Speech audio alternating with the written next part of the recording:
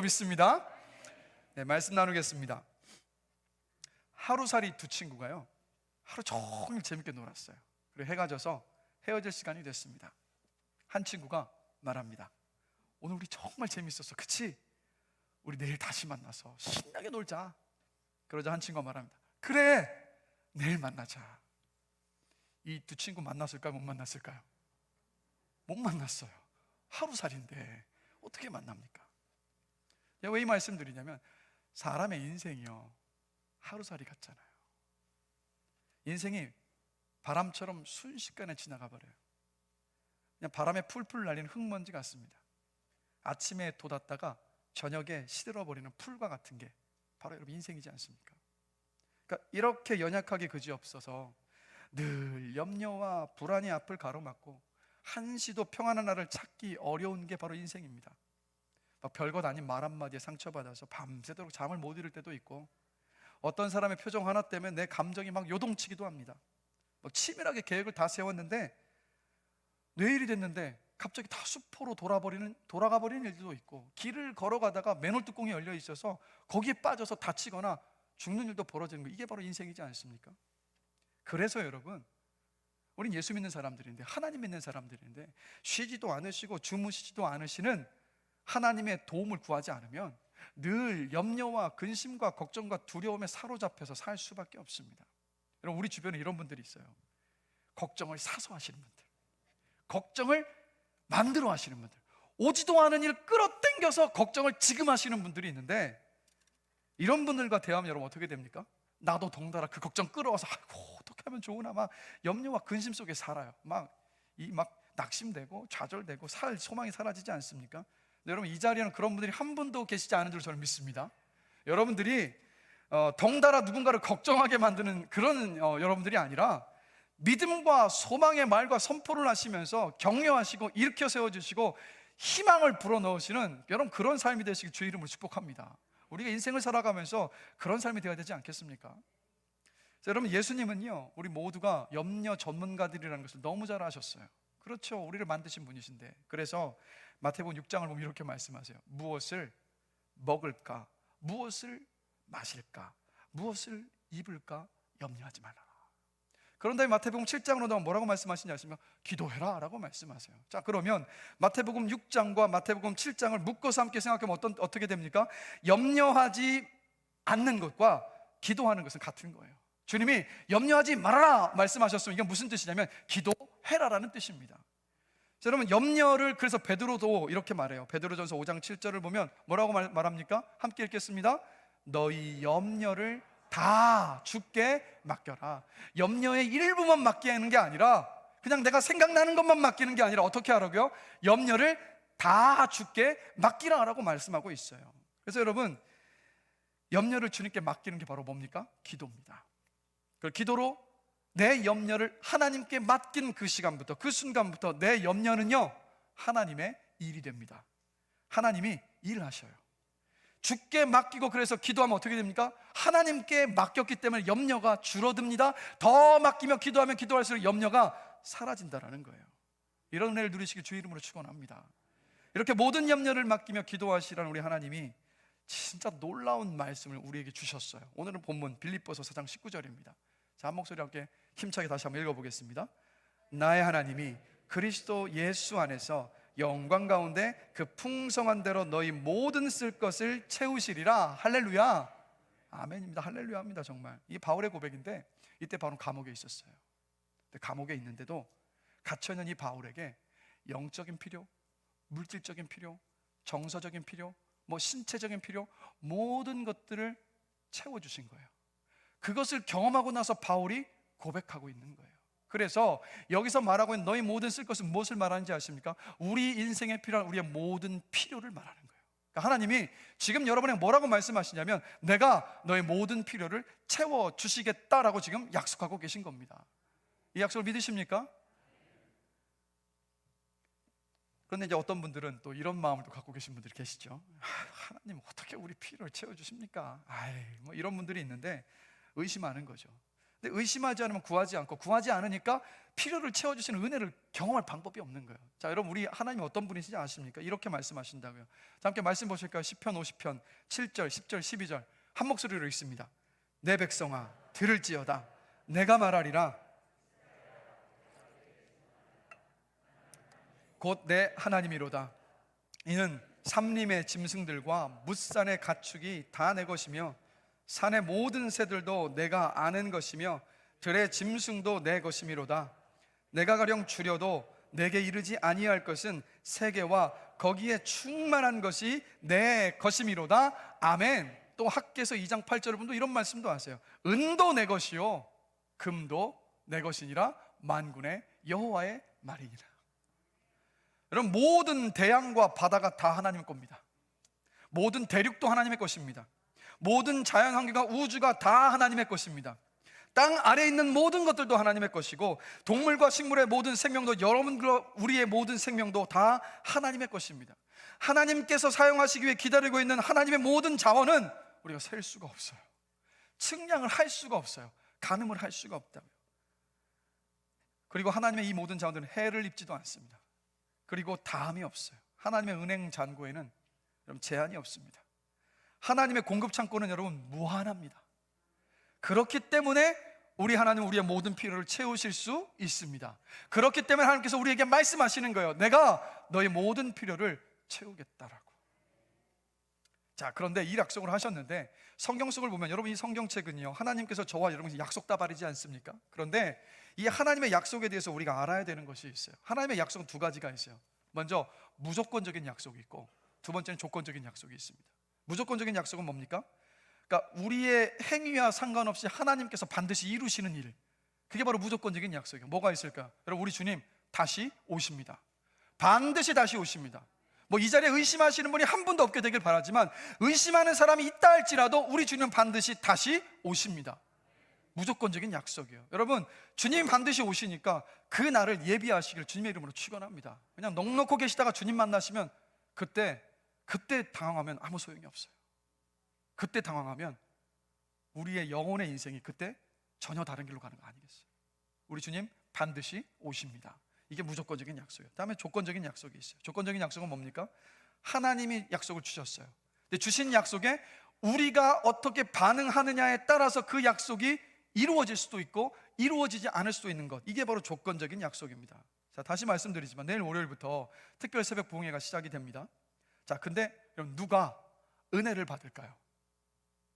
자, 시편 107편 9절을 보면 이런 말씀이 있습니다. 그가 사모하는 영혼에게, 다 같이 있습니다, 만족을 주시며 줄인 영혼에게 좋은 것으로 채워 주심이로다. 아멘. 자, 분명히 하나님은 영혼에게 만족을 주십니다. 분명히 하나님은 좋은 것으로 채워 주시는 분이십니다. 그런데 아무나 다 이 은혜를 누리는 게 아니라 누굽니까? 사모하는 영혼이요, 줄인 영혼이요, 갈급해하는 영혼이요, 하나님을 찾는 영혼이요, 그 사람이 이 은혜를 누려요. 영혼의 만족을 느끼고 하나님께서 채워주시는 모든 것을 누린다는 겁니다. 그래서는 몸만 와 있다고 자동으로 하나님의 은혜가 부어지는 게 아니에요. 예배 시간도 동일합니다. 여러분, 사모하는 영혼에게 하나님은 은혜를 부어 주십니다. 준비된 심령 그 그릇에 성령의 기름을 넘치도록 부어 주신다라는 거예요. 이게 바로 여러분 조건적인 약속인데, 사실 성경을 보면 대다수가 다 조건적인 약속들이에요. 그래서 지난 금요성령 집회에서 기도하면서요, 이 특별 새벽 봉헌에서 놓고 기도하는데 이런 응답을 주셨어요. 너는 기도해라, 내가 일한다. 또 함께 기도하는 우리 제 아내에게도 동일하게 은혜를 부어주겠다는 약속을 해주셨어요. 저는 여러분 이 특별 새벽 봉헌 기간당원에 우리가 감당할 수 있는 은혜를 부어주실 것을 믿습니다. 그런 마음으로 기대하시고 사모하시고 기도하면서 준비하십시오. 일찍 주무시고 잠을 깨워서 이 자리에 오셨을 때 하나님께서 은혜를 부어주실 줄로 믿습니다. 그 은혜를 받아 누리는 저와 여러분이 되기를 원해요.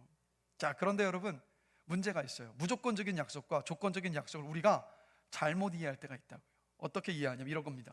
조건적인 약속을 무조건적인 약속으로 이해하는 거예요. 그래서 아무것도 안 해요. 그러다가 나는 어쨌든 조건적인 약속인데 무조건적인 약속으로 생각하고 믿고 있었는데 그 약속이 안 이루어지면 어떻게 합니까? 이렇게 말하는 거예요. 하나님 나한테 관심 없으신 것 같아. 하나님 날 사랑하지 않으셔. 하나님 믿을 만한 분이 아니야. 약속 안 지키시잖아. 이렇게 하나님께 원망해요. 불평한다고요. 여러분, 하나님께서 여러분에게 주신 그 약속이 무조건적인 약속인지 조건적인 약속인지 잘 살피셔야 돼요. 그럴 때 하나님을 오해하지 않을 수 있습니다. 실족하지 않을 수 있어요. 자, 그럼 질문 드릴게요. 자, 오늘 빌립보서 4장 19절 말씀 다시 한번 띄워주실까요? 나의 하나님의 그리스도 예수 안에서 영광 가운데 그 풍성한 대로 너희 모든 쓸 것을 채우시리라 라는 말씀인데, 질문 드립니다. 이 약속의 말씀은 무조건적인 약속일까요? 조건적인 약속일까요? 자, 1번 무조건적인 약속, 2번 조건적인 약속. 자, 1번 손 들어 보십시오. 1번. 네, 내리시고. 자, 2번 손 들어 보십시오. 아니, 안 드신 분들은 누굽니까? 뭡니까? 또 자기 의견이 없으신 거예요? 이게 정답을 말하는 우리나라 교육의 폐해예요. 여러분의 의견을 자유롭게 말씀하실 수 있으셔야 된다니까요. 자, 정답은 뭘까요, 여러분? 이 말씀은 무조건적인 약속일까요? 조건적인 약속일까요? 이건 조건적인 약속입니다. 왜 그러냐? 잘 보실까요? 바울이 뭐라고 말하냐면, 모든 쓸 것을 누가 채우신다고 말하고 있죠? 나의 하나님이요. 즉, 하나님을 나의 하나님이라고 부를 수 없는 사람, 예수님을 내 구세주로 받아들이지 않은 사람에게 이 약속은요, 효력이 없어요. 두 번째로 또 바울이 뭐라고 하냐면, 그리스도 예수 안에서 모든 쓸 것을 채워주시겠다라고 말씀하고 있지 않습니까? 예수 그리스도 안에서 채용을 받는 거예요. 이건 무슨 말이냐면, 내 모든 필요를 채우기 위해서 예수님 이외에 다른 것을 의존하고 찾으면 이 약속은 그 사람에게는 무효입니다.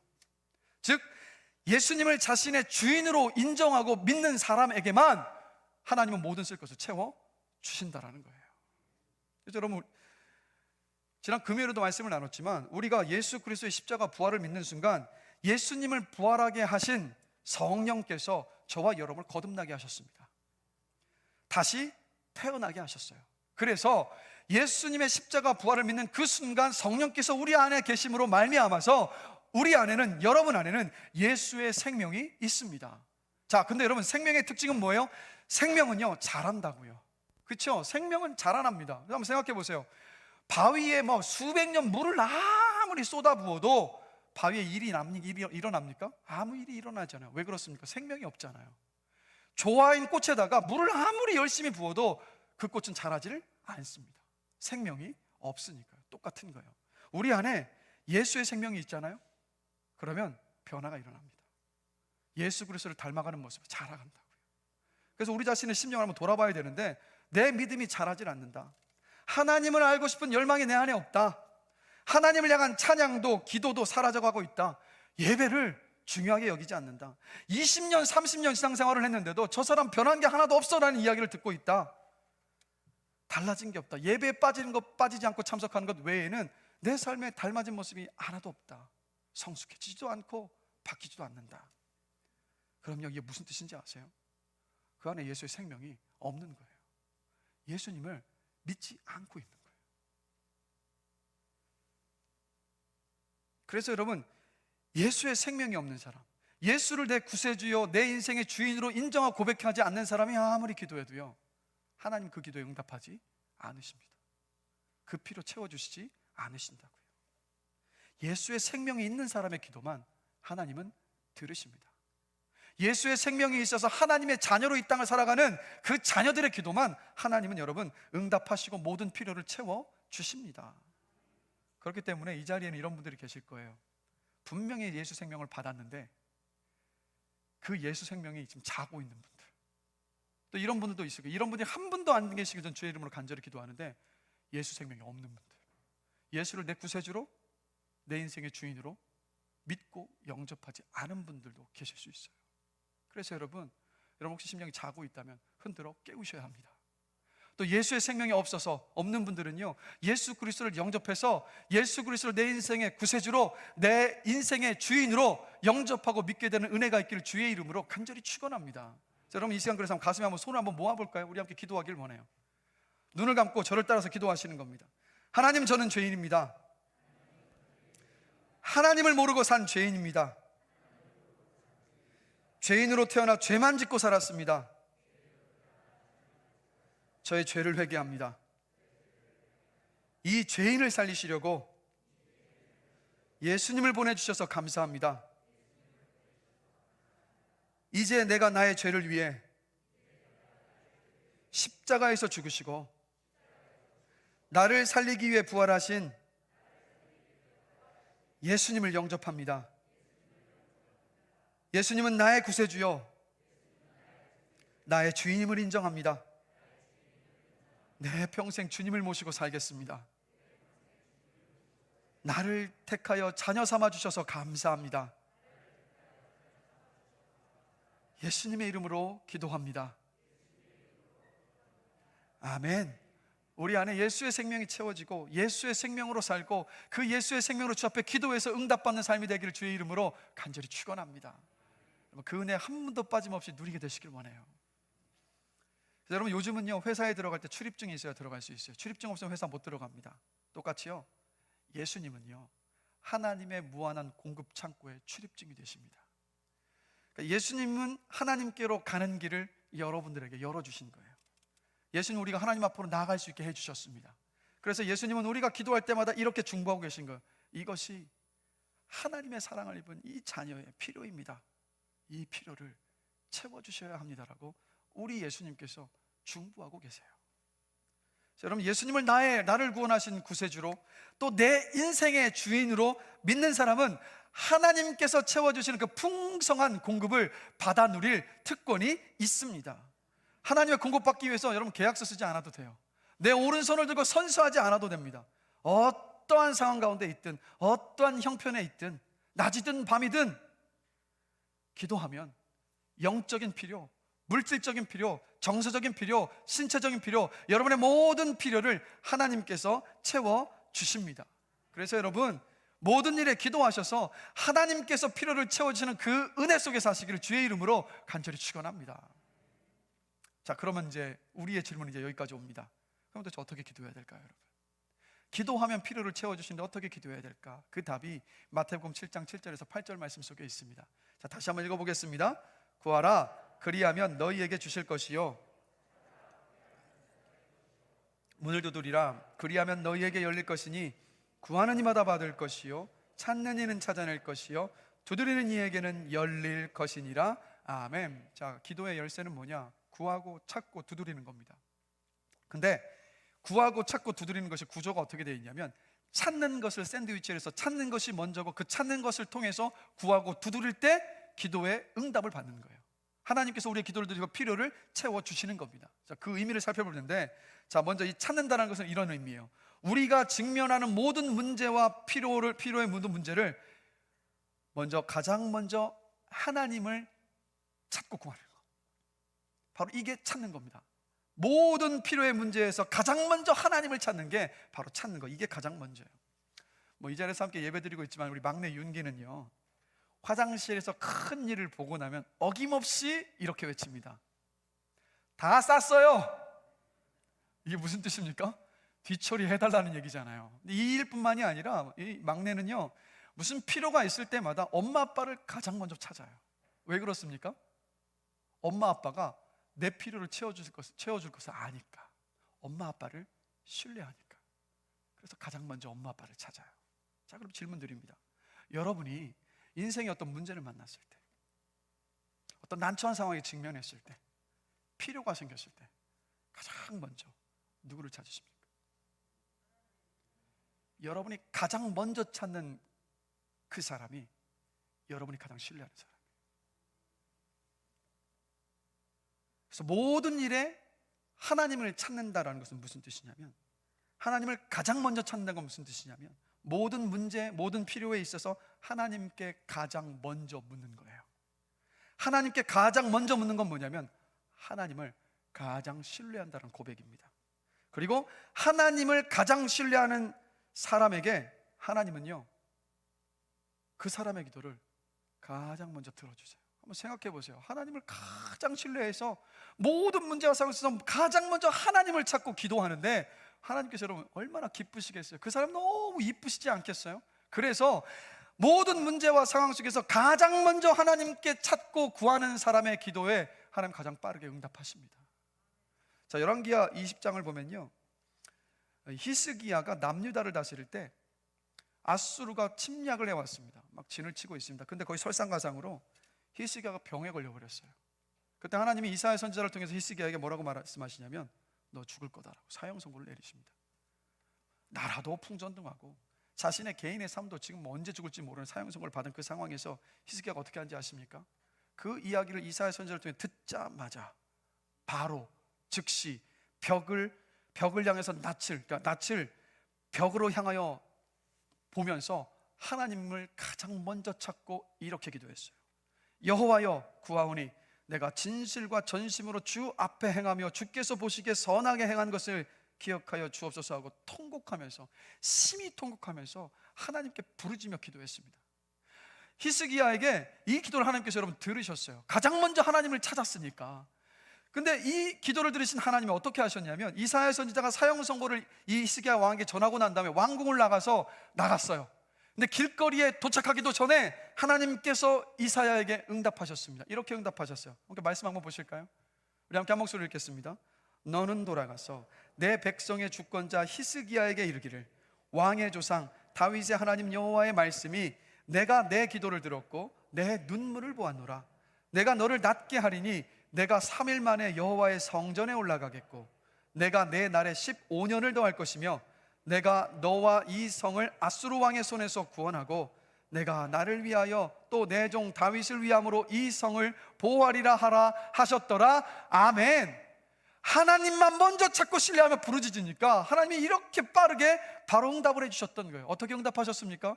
히스기야의 생명을 15년을 연장시켜 주셨다고요. 여러분, 모든 문제와 필요 속에서 하나님을 가장 먼저 찾으시길 주의 이름으로 축원합니다. 그 모습 하나님 너무 예뻐하세요.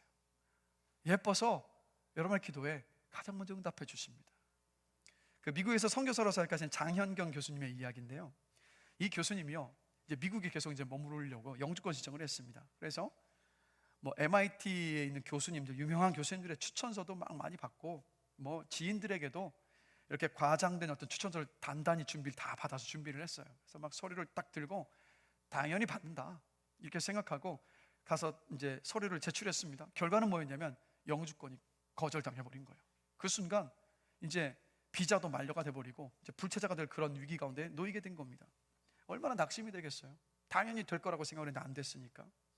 그러던 중에 낙심해 있는 차에 마음 안에 하나님께서 이런 음성을 들려주신 거예요. 오직 나만 바라봐라. 그래서 이 장현경 교수님이 6일 동안요, 하루에 8시간씩 성경을 읽어 나가기 시작합니다. 근데 그 성경을 읽는 순간에 성령을 통해서 하나님께서 이런 깨달음을 주신 거예요. 영주권이 거부된 게 문제가 아니라, 이게 고난이 아니라 내 안에 예수가 계시지 않은 게 문제구나, 이걸 깨달은 거예요. 그리고 나서 이제 이런 마음의 고백을 합니다. 미국 영주권 승인이 되든 안 되든 모든 것 하나님의 주권 아래에 있다. 걱정하지 말자, 염려하지 말자, 두려워하지 말자. 그리고 나서 다시 비자와 영주권 신청 준비를 합니다. 근데 이번엔 어떻게 하냐면 그거 먼저 준비한 게 아니에요. 이 교수님이 출석하는 교회 성도들에게 기도 제목을 내놓고 함께 금식하며 철야기도하기 시작했습니다. 뭡니까? 하나님을 먼저 찾은 거예요. 가장 먼저 하나님께 찾고 먼저 하나님께 도움을 구한 거예요. 그리고 500페이지 넘는 서류를 준비를 합니다. 그리고 미국 안에서는 비자를 못 받으니까 이제 캐나다 국경을 넘어가서 캐나다에 있는 미국 대사관을 갔어요. 그래서 이제 서류를 내고 이제 비자를 먼저 발급을 받아야 되는 순간인데, 근데 세 개의 창구가 있는데 가운데 창구를 보니까 직원이 너무 깐깐해 보이는 거예요. 아니나 다를까 몇 사람들이 비자 인터뷰를 하러 왔다가, 영주권 신청을 하러 왔다가 울면서 돌아가는 모습을 본 거예요. 이게 얼마나 여러분 두렵습니까? 그래서 마음 안에 이 교수님이 저 사람만 아니면 좋을 텐데 했는데 그 사람이 교수님을 부르는 겁니다. 가슴이 철컥 내려앉는 거예요. 그래도 기도하면서 준비해 왔으니까, 하나님을 먼저 찾고 구했으니까 그 서류를 딱 내놨습니다. 그런데 이상한 게요, 분명히 장현경 교수님의 이름으로 비자 신청과 영주권 신청 서류를 냈는데 이 직원이요, 뭔가 정신이 없는지 자꾸 남편을 찾는 겁니다. 그래서 남편을 찾아서 이 교수님이 제 이름으로 서류 준비했어요 라고 이야기를 하니까, 그럼 알겠다고 듣는 둥 마는 둥 갑자기 저 뒤로 사라져 버리는 거예요. 뭔가 뭐 일이 있는지 막 부산합니다. 다시 돌아와서 또 물어요. 또 남편의 이름을 또 부르는 겁니다. 이걸 계속 몇 번을 반복하는 거예요. 왔다가 갔다가 뭔가 안절부절 못하는 거예요. 그러다 어떻게 된지 아십니까? 서류 한번 안 들춰보고요, 비자 승인됐으니까 3일 뒤에 받아가라고 한 거예요. 500페이지라는 그 서류 한 장도 안 들춰보고, 그리고 컴퓨터만 검색해보면 지난번에 영주권을 거절당한 이력이 나오면 당연히 거절될 수밖에 없거든요. 근데 컴퓨터조차도 한번 찾아보지 않은 거예요. 나중에 끝나고 보니까 무슨 일이 있었는지 보니까 교수님이 대사관에 와 있는 그 시간에 교회 친구 한 사람이 이렇게 기도하고 있었습니다. 서류 검토하는 대사관 직원을 정신없이 바쁘게 만들어주셔서 비자를 발급받게 해달라는 기도를 하고 있었던 거예요. 뭘 말합니까? 하나님 먼저 찾지 않고 내 힘으로 했을 때는 거절당했는데, 하나님을 먼저 찾고 구하고 기도했을 때 하나님이 그 길을 열어주셨던 거예요. 여러분 기억하십시오. 문제가 생기고 필요가 생겼는데 내 힘, 내 의지, 내 방법, 내 인맥으로 하다 못해서 마지막에 어쩔 수 없이 주님 앞에 나와서 먼저 기도하지 마시고 가장 먼저 여러분의 상황과 문제와 필요를 하나님께 아뢰며 구하시길 주의 이름으로 축원합니다. 그래서 하나님께서 여러분이 너무 이쁘셔서 여러분의 기도에 먼저 응답해 주시는 그 은혜를 누리시기를 주님의 이름으로 축원합니다. 이게 바로 여러분 하나님을 찾는 거예요. 두 번째로, 하나님을 찾았으면 뭐 해야 되냐면 구해야 됩니다. 구해야 돼요. 한 목사님이요, 마태복음 6장 8절, 그러므로 그들을 본받지 말라. 구하기 전에 너희에게 있어야 할 것을 하나님 너희 아버지께서 아시느니라. 이 말씀을 가지고 전한 메시지에 큰 은혜를 받으신 거예요, 청년 시절에. 그래서 그때부터 이 목사님이 열심히 기도를 하지 않았습니다. 왜 그러냐면 말씀을 보세요. 너에게 있어야 할 것 하나님 다 아시니까, 아 그래, 은혜 받은 이유가 뭐야? 구하지 않아도 되는구나. 그래서 이분이 이 청년 시절에 기도할 때마다 이 목사님 어떻게 기도하시면 이렇게 기도하고, 기도는 하기는 이렇게 기도하고, 하나님 아시죠? 하고 기도 끝낸 거예요. 그렇게 계속 기도를 했는데 어느 날 어김없이 또 하나님께 기도합니다. 하나님 아시죠? 하는데 그때 하나님이 이 목사님이 이렇게 말씀하시더랍니다. 그래, 나는 안다. 근데 너는 네가 뭘 구하는지 알긴 아냐? 이렇게 하나님 물으시더라는 거예요. 여러분, 하나님은요, 여러분의 모든 필요, 여러분이 구하시기도 전에 다 알고 계십니다. 전지전능하신 하나님이시기 때문에 우리가 굳이 알려드리지 않아도 우리 하나님은 알고 계세요.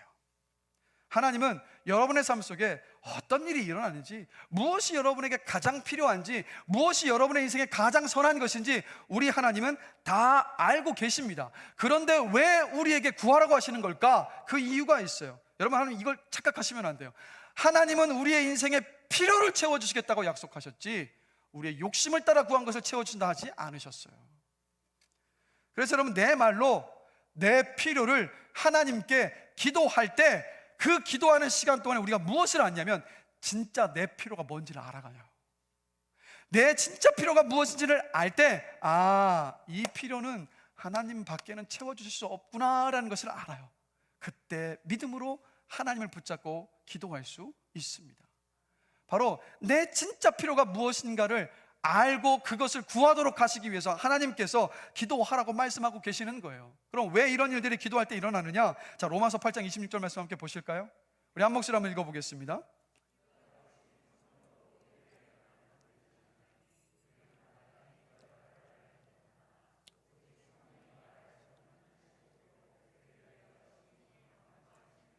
아멘. 우리가 기도할 때 우리 안에 계시는 성령님이 말할 수 없는 탄식으로 우리보다 더 절절하게 기도하고 계신다고요. 어떤 기도를 하고 계시냐면, 우리가 기도할 때 무슨 기도가 연약한지, 무슨 기도를 더 해야 하는지, 어떤 기도를 더 부르짖으며 기도해야 하는지 내 연약함을 도우시면서 나보다 더 뜨겁게 하나님께, 성령께서 기도하고 계시는 거예요. 나는요, 이게 필요한 줄 알고 기도합니다. 근데 성령은 정말 나에게 필요한 것을 구하셔서 내 기도를 바꾸어 가시는 거예요. 욕심을 따라 구했는데 그 욕심을 다 내버려 두고 정말 내 필요, 하나님만이 채워주시는 그 필요를 두고 구하게 하시는 거예요. 누가요? 성령님이. 그래서 우리의 기도를 바꾸시고 우리의 필요를 구했을 때 하나님께서 그 기도에 응답하시는 거예요. 그래서 여러분 기억하십시오. 여러분이 기도하시는 그 시간은 여러분 안에 계시는 성령 하나님께서 일하시는 시간입니다. 내가 기도할 때 성령께서 더 탄식하시면서 여러분 기도하신다라는 거예요. 우리가 기도할 때 성령의 일하심을 경험할 수 있어요. 저는 그래서 여러분들이 이 은혜를 누리게 되시길 주의 이름으로 축원합니다. 우리가 구할 때 내 필요를 알고 기도할 수 있어요. 그리고 구할 때 또 한 가지 중요한 게 있습니다. 그럼 구체적으로 기도하셔야 돼요. 구체적으로 기도해야 하나님이 응답해 주셨는지를 알 수가 있어요. 근데 막 모호하게 기도하면, 기도는 하긴 했는데 모호하게 기도했다 보니까 나도 긴가민가한 거예요. 기도는 했는데 응답은 해주신다고 했는데 내가 모호하게 기도하고 나니까 야, 이게 응답해 주신 게 맞나? 자꾸 이렇게 고민하게 되는 겁니다. 여러분 조지 밀러 목사님 아시죠? 한평생 동안 5만 번의 기도 응답을 받으신 목사님이라고 유명하고 다들 아실 텐데, 근데 여러분 조지 밀러 목사님이 설교 시간에 더 놀라운 고백을 하시더라고요. 이렇게 고백하셨어요. 설교 시간에 저는 거의 날마다 기도합니다. 저는 기도의 영 안에서 삽니다. 걸어다니면서 기도하고 누워있을 때 기도하고 일어날 때도 기도합니다. 그러면 기도의 응답들은 항상 옵니다. 수천 번, 아니 수십만 번 저의 기도가 응답되었습니다 라고 고백하시더라고요. 5만 번도 놀라운데 몇 번이요? 수십만 번이요. 자, 그럼 어떻게 이 은혜를 누릴 수 있었을까? 자, 목사님의 일기를 읽어보면 그 답을 찾을 수가 있어요. 한 일기 한 부분 읽어드릴게요. 1836년 5월 18일 일기입니다. 주님께서는 고아원 설립을 하는 문제에 대해 당신의 종의 기도에 응답하셔서 크게 성공할 수 있게 하여 주셨다. 주님에 대한 나의 기도는 누가 빌려주든지 기부하여 주든지 아니면 건물 사용료를 지불해 주든지 간에 우리에게 집을 달라는 것이었다. 또한 주님께 1,000파운드와 아이들을 돌볼 적당한 사람들을 보내달라고 기도했다. 그렇게 기도한 후 하루인가 이틀 후에 또 기도하기를 주님의 백성들의 마음을 움직여 주셔서 가구와 아이들, 옷 등을 우리들에게 줄 수 있게 해달라고 기도하였다. 이런 기도의 응답으로 많은 가구와 옷과 양식을 받았으며 몇몇 사람들은 아이들을 돌보겠다고 자원하였다. 또한 반페니에서 100파운드까지 다양한 금액의 헌금도 들어왔다. 이 모든 것들은 기도의 응답으로 이루어졌으며 나는 어느 누구에게도 달라고 요청한 적이 없었다. 기도를 보십시오. 얼마나 구체적으로 기도했습니까? 구체적으로 기도했으니까 하나님께서 응답하신 것을 확인할 수 있었던 거예요. 그리고 한 달 뒤 6월 15일의 일기를 보면 또 이렇게 일기를 썼습니다. 또다시 간절하게 1,000파운드가 다 채워지기를 기도하였다. 오늘 저녁 5파운드를 받아서 이제 1,000파운드가 다 채워졌다. 여러분, 구체적으로 기도하십시오. 그리고 여러분의 기도 제목을 기록하십시오. 그럴 때 하나님이 얼마나 신실하게 여러분의 필요에 응답하시는 분이신가를 경험하게 되실 겁니다. 그럴 때 조지 밀러 목사님의 이 간증이 여러분의 간증이 될 줄로 믿습니다. 그리고 세 번째로 두드려야 돼요. 자, 여러분 문을 놓고 할 때 여러분 어떻게 놓고 하십니까? 어떻게 놓고 하시죠? 문 놓고 할 때? 똑똑똑. 근데 똑똑똑만 하는 게 아니라 언제까지 놓고 하십니까? 열릴 때까지 놓고 하잖아요. 주인이 문 열 때까지 놓고 하는 게 바로 놓고입니다. 똑같이 두드려야 하는데 이 말씀은 뭐냐면 응답 받을 때까지 끈질기게 기도하는 것을 지금 말씀하고 있는 거예요. 누가복음 18장 1절을 보면 예수님께서 제자들에게 항상 기도하고 낙심하지 말아야 될 것을 비유로 말씀을 하셨는데 어떤 비유냐면 과부와 불의한 재판관의 비유입니다. 한 도시에 불의한 재판관이 있었는데 하나님도 무시했고 사람들도 무시하는 불의한 재판관이에요. 그리고 한 과부가 있었는데 이 과부에 억울함이 있었습니다. 원한을 가지고 있었던 사람인데 이 과부가 이 불의한 재판관을 찾아가서 원한을 풀어달라고 간청을 합니다. 근데 간청할 때마다 이 불의한 재판관은 다 무시했어요. 그럼에도 불구하고 이 과부는요 계속 찾아갑니다. 그래서 재판장을 괴롭게 만들었어요. 결국에 이 불의한 재판관이 과부의 청을 들어줘서 원한을 풀어줍니다. 이 여인은 어떻게 한 겁니까? 끈질기게 기도했던 거예요. 그리고 결국에는 억울함을 풀었습니다. 이 여인의 끈질김이 절망에서 희망을 길러 올렸어요. 이 여인의 끈질김이 성공의 조건이라고는 찾아볼 수 없는 그곳에서 성공을 길러 올릴 수 있었던 겁니다. 그래서 이 비유를 말씀하신 후에 예수님이 이렇게 말씀하세요. 불의한 재판관이라 할지라도 계속 찾아가서 괴롭히면 귀찮아서라도 부탁을 들어준다. 하물며 선하신 하나님이 우리가 간구하는 것을 어찌 들어주시지 않겠느냐라고 말씀하셨어요. 이게 무슨 뜻입니까? 여러분, 우리의 기도를 들으시는 하나님은 선하신 하나님이십니다.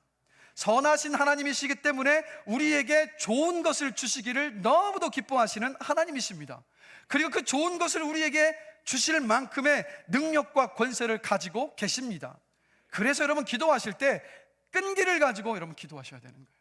응답 받을 때까지 기도하셔야 되는 거예요. 응답 받을 때까지 기도하는 사람은 반드시 응답 받습니다. 그래서 여러분 이런 말이 있어요. 천국에 가면요 기도의 응답의 택배가 우리 안에 배달이 됐어요. 기도 응답의 택배가 배달되지 않고 쌓여있는 택배가 너무 많대요. 왜냐하면 응답될 때까지 기도하면 그 기도 응답의 택배가 배달이 될 텐데 우리는 중간에 금방 포기해버려서 택배가 오다가 반송돼 버리는 거예요. 여러분, 저와 여러분들이 나중에 천국 갔을 때 내 앞에 기도 응답으로 배송되어 그 택배의 기도 상자가 우리의 삶 가운데 경험되어지기를 원합니다. 천국에 가득 쌓여있는 모습을 보면서 아이고, 그때 조금만 더 내가 기도했다면 저 기도의 응답을 내가 누릴 수 있었을 텐데, 후회하지 않는 저와 여러분이 되기를 원해요. 조금 전에 말씀드린 조지 물러 목사님 일기에서 목사님이 1000파운드를 놓고 기도했는데 응답받지 않았습니까? 근데 이 응답받은 날 일기에 이렇게 또 쓰셨어요. 지난 18개월 10일 동안 이 기도 제목을 거의 매일 하나님 앞에 내놓았다. 구하기 시작한 때부터 주님께서 다 채워주실 때까지 나는 한 번도 주님께서 그 돈을 채워주시지 않으리라고 의심한 적이 없었다. 우리는 기도할 때 마가복음 11장 24절 무엇이든지 기도하고 구하는 것은 받은 줄로 믿으라, 그리하면 너희에게 그대로 되리라는 말씀에 따라 우리가 받은 줄로 믿고 기도해야 한다라고 일기를 썼습니다. 어떻게 응답받는 겁니까? 인내하며 끈질기게 믿음으로 구했을 때 응답을 받았던 거예요. 하나님의 그 필요를 채워주셨던 거예요. 그리고 거기에다가 더 놀라운 게 있더라고요. 우리가 인내하면서 끈질기게 주님 앞에 기도하면 주님께서 반드시 들어주시는데 거기에 더 놀라운 은혜를 주시는 약속의 말씀이 있더라고요. 자, 에베소서 3장 20절 함께 보실까요? 함께 한 목소리로 크게 읽겠습니다. 우리 가운데서 역사하시는 능력대로 우리가 구하거나 생각하는 모든 것에 더 넘치도록 능히 하실 이에게 아멘. 이 말씀이 뭐라고 말합니까? 하나님은 구하는 자에게 구하는 대로도 주시지만 구하지 않은 것까지도 넘치도록 주시는 하나님이시라는 거예요. 나는 내 필요를 두고 기도했는데 그냥 하나님은 기도하는 그 모습이 너무 예뻐서 더 주신다는 거예요. 여러분, 그래서 기도하지 않으면 필요한 것도 못 받습니다. 그런데 기도하면 하나님이 더 주시는 것을 누릴 수 있습니다. 여러분, 기도하지 않아도요, 그냥 살 만큼 사는 만큼 살 수 있을런지도 모르겠어요. 그러나 기도했을 때 하나님께서 더 주시는 은혜는 누리며 살 수 없습니다. 분명한 것을 여러분 기억하십시오. 하나님은 구하는 것에 넘치도록 주시겠다라고 분명히 약속하셨습니다. 조금 전에 히스기야 왕이 자신의 병 낫기를 놓고 하나님께 먼저 찾고 두드리며 기도하지 않았습니까? 그때 하나님은 어떻게 응답하셨냐면, 기억하십니까? 그의 생명을 15년 연장시켜 주셨고 더 하나 주셨어요. 아수르 군대를 하나님께서 물리치시는 기도의 응답을 주셨잖아요. 우리 하나님은요, 선하셔서 우리가 기도하는 것보다 더 넘치도록 주시는 하나님이십니다. 그래서 우리가 그러하게 여러분 끈기를 가지시고 여러분의 모든 필요를 하나님께 기도하시길 주의 이름으로 축원합니다. 절대 낙심하지 마시고 응답 받을 때까지 기도하시기를 바랍니다. 하나님은 인내하며 끈질기게 간구하는 그 사람을 그냥 내버려 두지 않으십니다. 하나님 응답하실 때까지 기도하셔서 하나님께서 넘치도록 채워주시는 그 은혜를 경험하신 여러분들 되시길 주의 이름으로 간절히 축원합니다. 말씀을 마무리하겠습니다. 여러분, 하나님을 신뢰하는 사람은요, 기도합니다. 기도는 하나님의 존재를 인정하는 것입니다. 기도는 나를 낮추고 하나님을 높이는 거예요. 기도는 하나님의 능력과 섭리를 찬양하는 것입니다. 그래서 여러분, 기도는 예배입니다. 기도는 예배예요. 여러분, 기도하실 때마다 하나님을 예배하고 있는 거예요. 그리고 여러분, 연약하기 그지없고 늘 염려와 불안이 앞을 가로막고 한시도 평안 하나를 찾기 어려운 그게 우리의 인생이지 않습니까? 그렇기 때문에 우리는 24시간 상시 비상대기 중이신 우리의 힘과 도움과 능력과 반석이 되시는 하나님을 찾고 여러분 기도해야 합니다. 여러분, 한 방울의 물방울이라 할지라도요, 그 물방울이 한 곳에 계속 떨어지면요, 바위도 뚫습니다. 돋보기를 통해서 햇빛이 한 점에 모아져서 종이에 내리치면 종이가 타요. 불도 지필 수 있습니다. 똑같이요, 하나님은 하나님께 집중해서 하나님을 가장 먼저 찾고 하나님께 구하고 인내하며 끈기 있게 하나님께 집중하며 응답을 기다리며 기도하는 사람에게 놀라운 일을 반드시 펼치십니다. 우리의 영적인 필요, 정서적인 필요, 감정적인 필요, 신체적인 필요, 물질적인 필요, 우리의 모든 필요를 구하는 것보다 더 넘치도록 반드시 채워주십니다. 여러분, 기도로 사십시오. 하나님께 집중하여서 기도로 사시면서 하나님이 채워주신 이 은혜를 누리시는 여러분들 되시기를 주의 이름으로 간절히 축원합니다. 자, 우리 앞뒤 옆사람 보시면서 함께 우리 고백해 봅시다. 기도는 예배입니다. 기도로 삽시다. 다시 한번 고백합니다. 기도는 예배입니다. 기도로 삽시다.